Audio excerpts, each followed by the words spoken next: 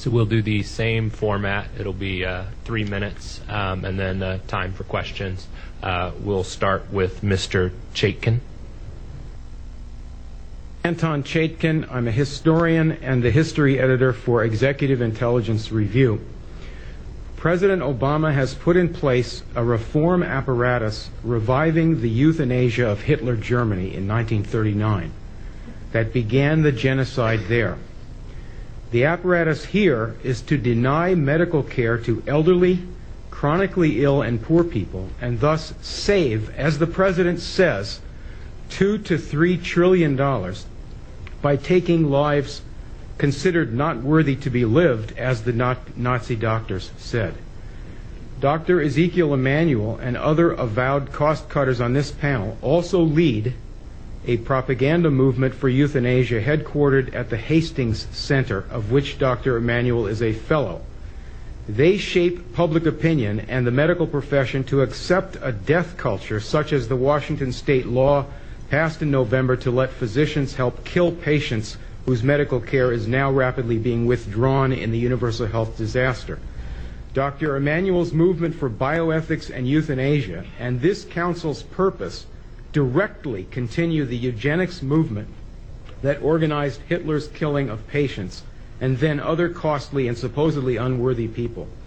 Dr. Emanuel wrote last October 12th that a crisis, war, and financial collapse would get the frightened public to accept the program. Hitler told Dr. Brandt in 1935 that the euthanasia program would have to wait until the war began to get the public to go along. Dr. Emanuel wrote last year that the Hippocratic Oath should be junked. Doctors should no longer just serve the needs of the patient. Hoche and Binding, the German eugenicists, exactly said the same thing to start the killing. You on the council are drawing up the procedures list to be used to deny care, which will kill millions if it goes ahead in the present world crash. You think perhaps the backing of powerful men, financiers, will shield you from accountability, but you are now in the spotlight. Disband this council and reverse the whole course of this Nazi revival now. Thank you.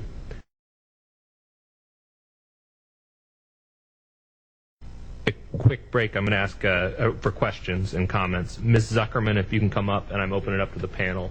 And you'll... Yes, we're still going to, Ms. Williams, you're still going to get to talk. I'm going to ask Ms. Zuckerman to come up and join you. We're going to take a quick stop in the panel to open it up for comments or questions, because we have a few folks who have to potentially go. The whole transcript will be available, though, and all comments will be shared with all council members.